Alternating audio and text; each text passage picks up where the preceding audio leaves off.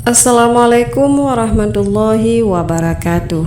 Sahabatku yang dimuliakan oleh Allah Subhanahu wa Ta'ala, di tengah ketenangan kota Madinah yang memikat Masjid Rasulullah selalu dipadati oleh para pengabdi yang tengah bersujud.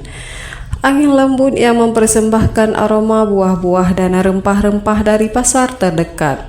Namun aroma yang paling manis di sini adalah aroma iman dan ketakwaan yang memenuhi setiap sudut Masjid Rasulullah. Rasulullah duduk dengan santai di salah satu sisi masjid, dikelilingi oleh sahabat-sahabat terdekatnya seperti Abu Bakar, Umar, Ali, dan Utsman dan yang lainnya. Mereka tengah membahas makna salat.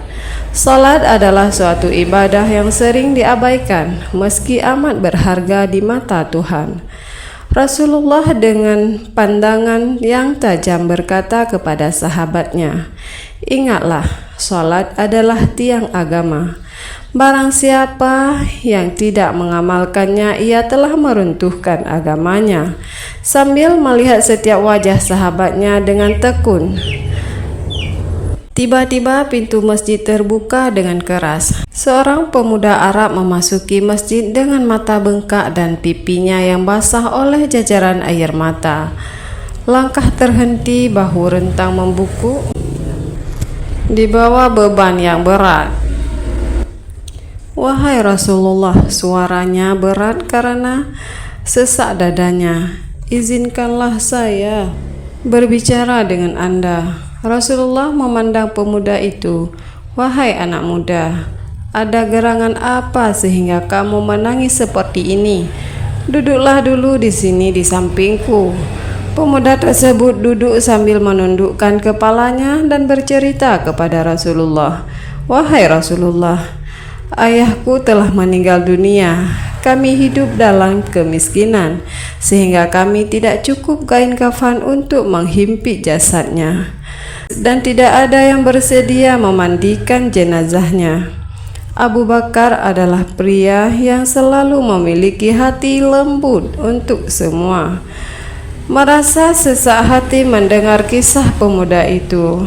"Astaghfirullah, sungguh ujian berat yang kau alami, wahai anak muda," ucapannya. Umar segera menjawab, "Kita harus bertindak ya Rasulullah." Rasulullah berkata, "Wahai Abu Bakar dan Umar, ikutlah pemuda ini, ambil kain kafan dari rumahku dan bantu memandikan jenazahnya." "Mari ikut kami," kata Abu Bakar memimpin jalan keluar dari masjid. Mereka bahkan belum menyadari bahwa kejadian ini akan menjadi sebuah pelajaran hidup yang tak terlupakan bagi mereka. Rasulullah kemudian menoleh kepada sahabat-sahabatnya yang masih berada di dalam masjid. "Salatlah sebelum kamu disalatkan, karena kita tidak pernah tahu kapan ajal akan datang menjemput kita." Di hati para sahabat yang memandangnya tumbuh tekad kuat untuk tidak pernah meremehkan salat. Tanpa mereka sadari, sebuah cerita yang akan merubah pandangan banyak orang sedang diawali Abu Bakar. Abu Bakar dan Umar mengikuti pemuda Arab tersebut menyusuri jalan di salah satu kota Madinah. Akhirnya mereka tiba di sebuah sudut kota yang lebih miskin, dengan bangunan-bangunan yang serba kekurangan. Mereka memasuki rumah sederhana pemuda tadi dan keadaan di dalam tersebut membuat para sahabat tercengang. Di atas tikar yang sederhana tergeletak sosok yang menyerupai babi hutan. "Astaghfirullah." Memaki tangannya tergepal mencoba menahan kebingungannya. "Apa yang terjadi di sini, wahai anak muda?" Pemuda itu semakin menangis dengan keras. Lututnya yang gemetar. "Wahai sahabat, inilah ayahku. Kenapa bisa seperti ini?" Abu Bakar berusaha membuat suasana tenang meskipun dia juga tercengang. "Wahai anak muda, bisakah kau cerita lebih lanjut tentang ayahmu?" Pemuda itu mencoba mengendalikan tangisannya. Ayahku dulu seorang pedagang, tapi dia sering melalaikan salat. Bahkan kadang-kadang ia tidak mengerjakan salat Jumat. Katanya terlalu sibuk mencari nafkah. Umar terdiam merenungkan cerita anak muda tersebut. Rasulullah Shallallahu Alaihi Wasallam bersabda, barang siapa meninggalkan salat maka ia telah kafir. Tetapi bagaimana mungkin ini sampai terjadi? Abu Bakar mengingat perkataan Rasulullah tentang pentingnya salat. Salat merupakan tiang agama. Kita harus melaporkan ini kepada Rasulullah. Kejadian ini di luar nalar kita yang terbatas. Mereka pun kembali ke masjid dengan hati yang penuh pertanyaan dan rasa penasaran, tetapi juga dengan keadaan untuk mencari jawaban. Pemuda Arab itu berjalan di antara mereka. Saat mereka tiba di masjid, suasana sudah berubah. Rasulullah sedang menantikan mereka dengan wajahnya yang serius, tapi juga dengan penuh harapan. Para sahabat yang lainnya juga merasakan sesuatu yang besar telah terjadi. Wahai Rasulullah, kata Umar dengan gemetar, kami menyaksikan dengan mata kami sendiri jenazah ayah pemuda ini menjadi babi hutan. Semua yang hadir terdiam menunggu respon dari Rasulullah. Ini akan menjadi pelajaran yang berharga yang akan mereka ingat seumur hidupnya.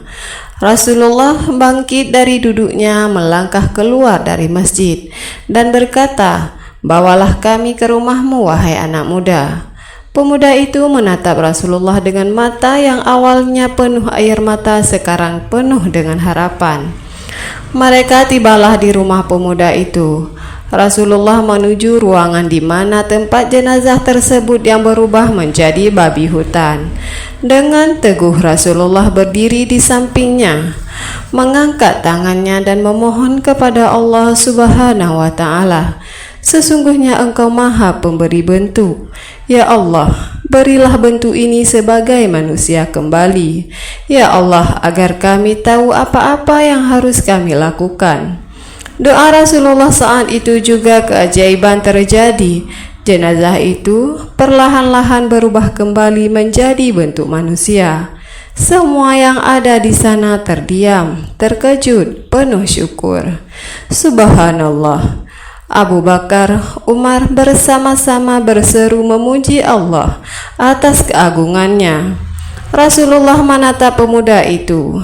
Wahai pemuda, tanyakanlah kepada ibumu atau siapapun yang mengetahui apakah ayahmu pernah melakukan salat meskipun hanya sekali dalam hidupnya.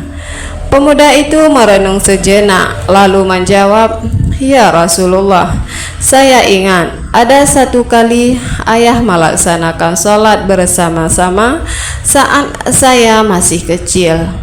Mendengar itu Rasulullah menghela nafas lega. Alhamdulillah, ada sedikit kebaikan yang bisa menjadi pemberat dalam penilaian kelak.